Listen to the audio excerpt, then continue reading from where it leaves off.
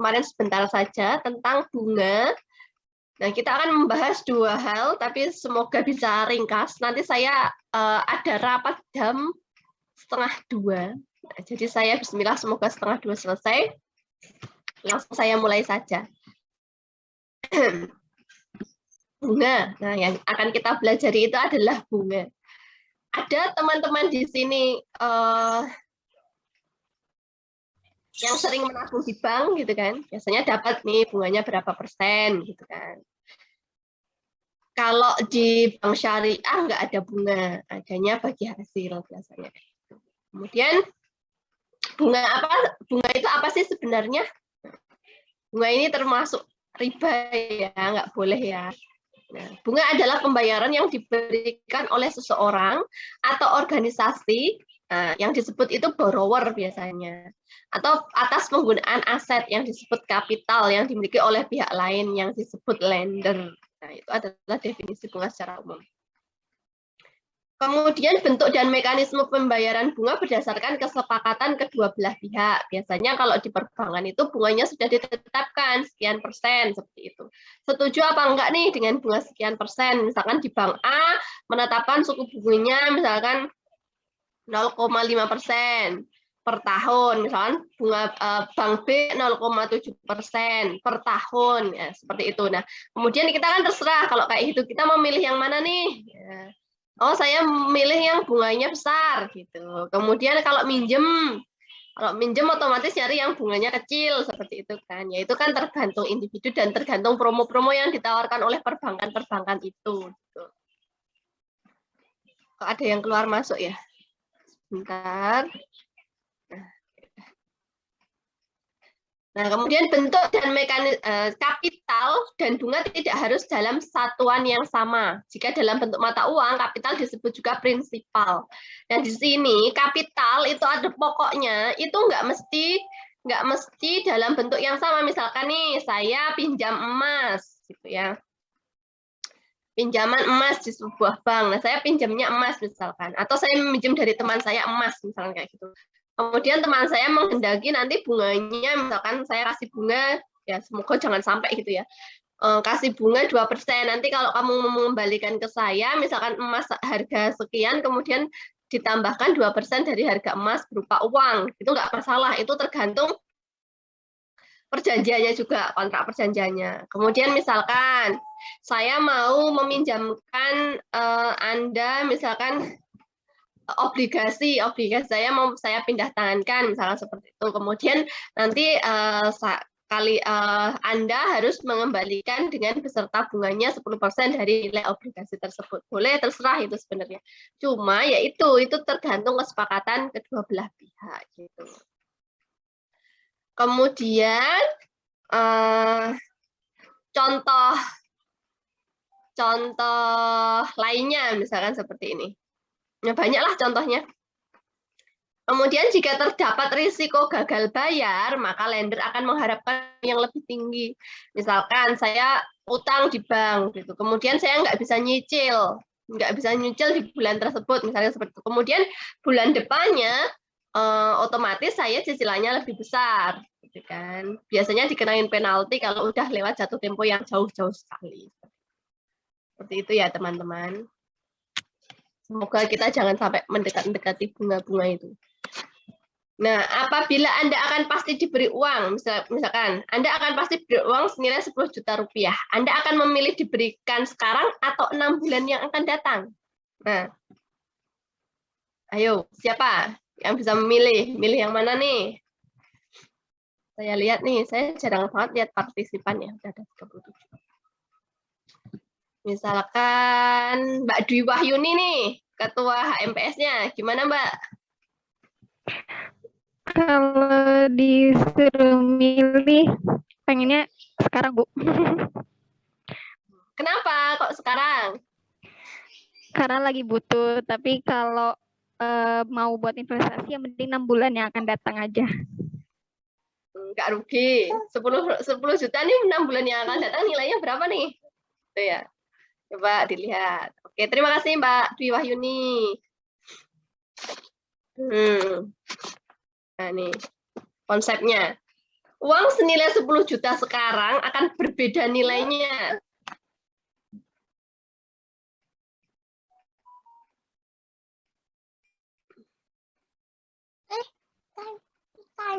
Bentar. Uang senilai 10 juta sekarang akan berbeda nilainya dengan nilai uang senilai 10 juta pada 6 bulan yang akan datang.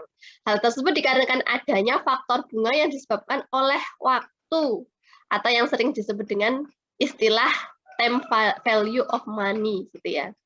Dengan asumsi manusia adalah makhluk rasional, pilihan yang harus diambil adalah menerima uang sebesar 10 juta rupiah hari ini dibandingkan dengan menerimanya 6 bulan lagi misalkan. Hal tersebut karena uang 10 juta hari ini akan memberikan bunga yang nilainya tergantung tingkat bunga. Sehingga akan bernilai lebih dari 10 juta rupiah pada 6 bulan yang akan datang. Begitu. Pendekatan nilai akan datang atau future value. Kita juga bisa menggunakan pendekatan nilai sekarang atau present value. Nah, nanti yang akan kita bahas ini berkaitan dengan ini. Future value, nilai kini, present value, seperti itu ya. Misalkan kita punya warisan misalkan dari mbah dulu, mbah ternyata itu punya emas 3 gram misalkan. Nah dulu itu 3 gram nilainya nggak seberapa ya dibanding misalkan 3 gram sekarang gitu ya. Jadi kalau dijual milih yang mana?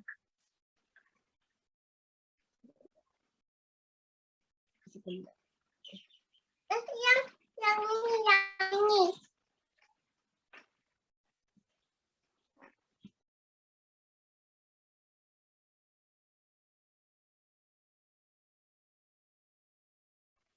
Nah,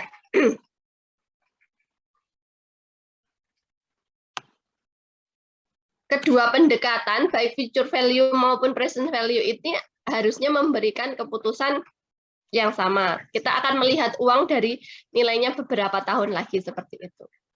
Future value gitu ya. Nilai uang di masa yang akan datang, kemudian present value-nya. Misalkan yang tadi saya jelaskan itu, misalkan Mbah itu punya emas 3 gram itu, kemudian dulu Mbah belinya, Mbah misalkan Mbah kita, nenek moyang kita belinya itu misalkan 1.500 dulu. Nah, kemudian sekarang kalau saya jual misalkan emas 3 gram itu misalkan dapat 1.500.000. Naiknya sangat signifikan gitu kan. Nah, kemudian misalkan nilai kininya, nilai future value-nya itu misalkan kita melihat dari titik mana? Misalkan hari ini kita lihat warisan Mbah itu senilai 1.500.000 misalnya seperti itu. Kemudian saya misalkan akan mewariskan nilai uang emas dengan harga 1.500.000 itu misalkan saya akan wariskan ke anak saya lagi juga. Nah, kemudian kita juga akan bisa melihat nilainya di masa yang akan datang. Tapi nanti kalau dibalik, misalkan nilai yang akan datang itu misalkan 15 juta misalkan emas itu pada tahun 2050 itu misalkan 15 juta harganya. Kemudian kalau dihitung nilai sekarangnya juga pasti akan jatuhnya sama kalau nilai tingkat bunga yang kita gunakan itu sama. Jadi tergantung tingkat bunganya ya. Kalau misalkan nilai 10 juta yang tadi, persoalan yang tadi, nilai 10 juta dengan persoalan yang tadi itu. Jadi kalau misalkan mau milih dikasih sekarang, apa dikasih yang akan datang gitu. Kebanyakan kan milihnya dikasih yang akan datang aja gitu misalkan seperti itu kan karena dia akan berbunga. Nah, tapi nilainya itu sama ya. Maksudnya sama. 10 juta sekarang misalkan saya bisa buat beli emas 2 gram. Tapi besok kalau 6 bulan yang akan datang dia juga udah berubah nilainya jadi 10 juta berapa misalkan dibungakan, tapi dia juga kalau misalkan beli emas juga harganya akan sama. Misalkan seperti itu harga emas. Ya tergantung pilihan masing-masing menghadapi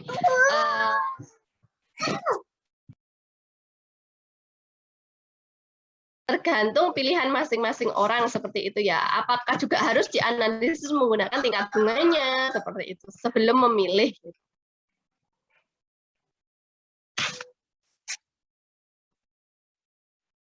Nah. Kemudian konsep waktu di sini. sebelum mengawali perhitungan-perhitungan nanti di mata kuliah ini, saya akan membuat kesepakatan terlebih dahulu. Pada perhitungan bunga kita harus perhatikan satuan waktunya, satuannya. Ada dua metode dalam mencari satuan waktu tahunan apabila waktu diketahui dalam satuannya hari. Bunga tepat atau exact interest. Biasanya dilambarkan dengan SLE dengan T-nya itu jumlah waktunya itu 365.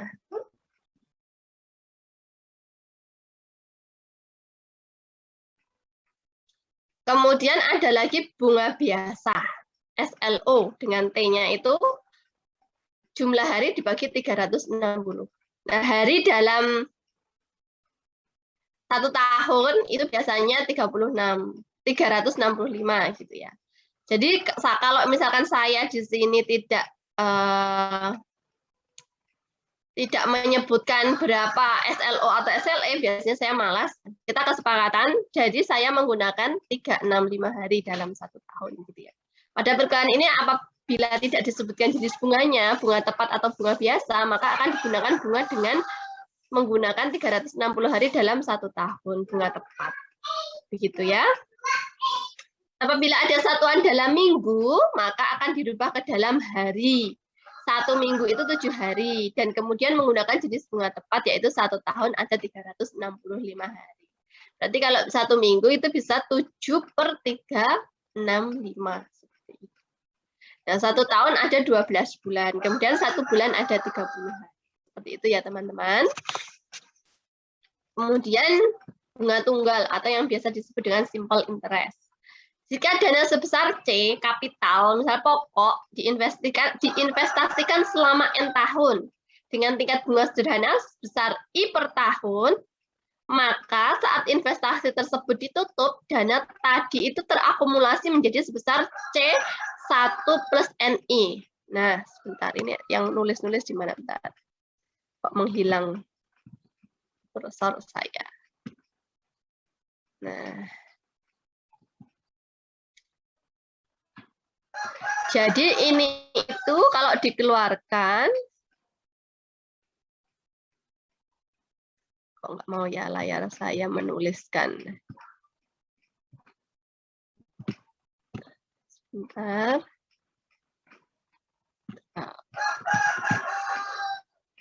Nah, misalkan ini kalau dikeluarkan kan C ditambah dengan C dikali N dikali I gitu ya. Nah, ini kan pokok kita yang C. Ini pokok kita, kapital kita. Kemudian ditambah pembayaran bunganya sebesar CNI atau NIC. Ini kan kalau dikeluarkan jadi seperti itu. Nah, bunga yang kita peroleh itu sebesar C. Kapital dikalikan dengan tahunnya, kemudian dikalikan dengan tingkat bunganya. Seperti itu. Ya, paham ya? Misalkan kita punya 1 juta, kemudian 1 tahun kemudian, 1 tahun kemudian dengan tingkat bunga 1%, misalkan tingkat bunganya 1%, maka uang kita 1 tahun ke depan itu berapa? Berarti kan C-nya itu kan 1 juta ditambah 1 juta dikalikan dengan 1, karena 1 tahun, 1 juta dikali dengan 1% atau 1/100-nya. Berarti berapa? Ada 1 juta, berapa itu kalau dikurangi 0,2? 10.000. 1 juta 10.000 rupiah. Seperti itu. Uang kita yang akan yang ada di bank, misalkan seperti itu. 1 tahun kemudian. Paham ya? Nggak ada apa namanya susah. Kemudian, bentar, aku dulu ada yang masuk.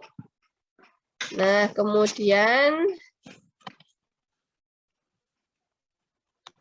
ini nggak mau menghilang. Saya ini lagi di luar kota, jadi pen saya ketinggalan. Bentar. Close.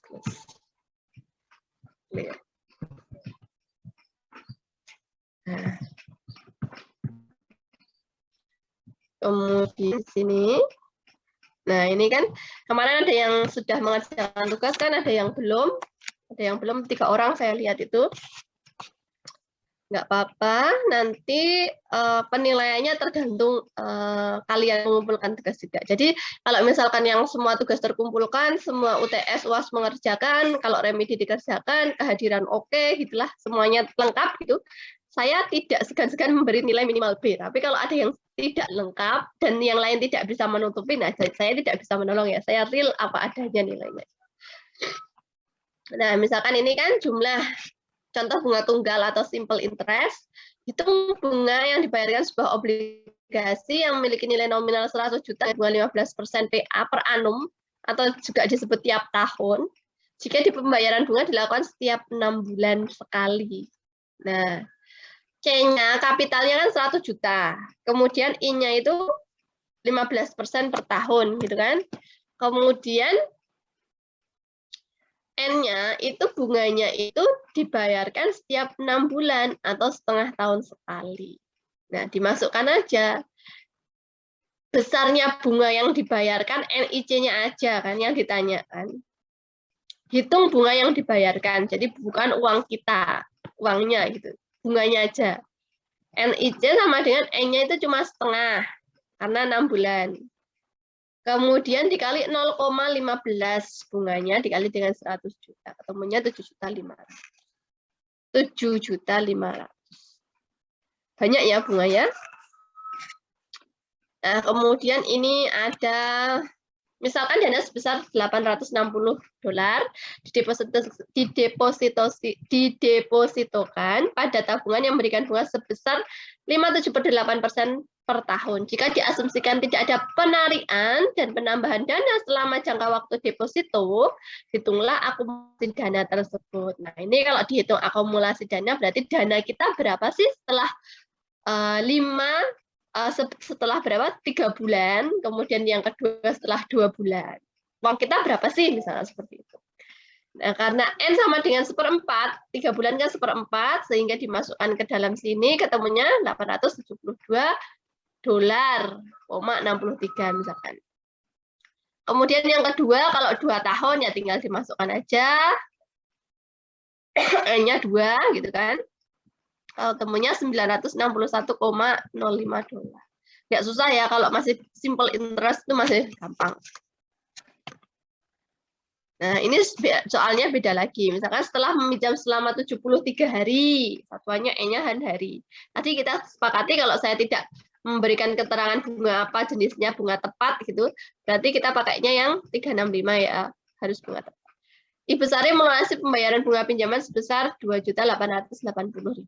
Berapa besar pinjaman Ibu Sari jika tingkat bunga sederhananya itu 18% per tahun atau per annum.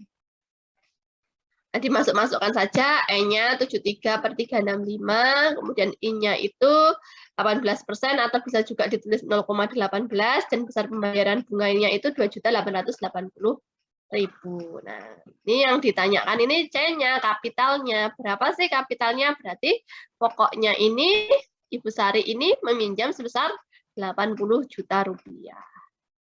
Ya. Nggak susah kan ya?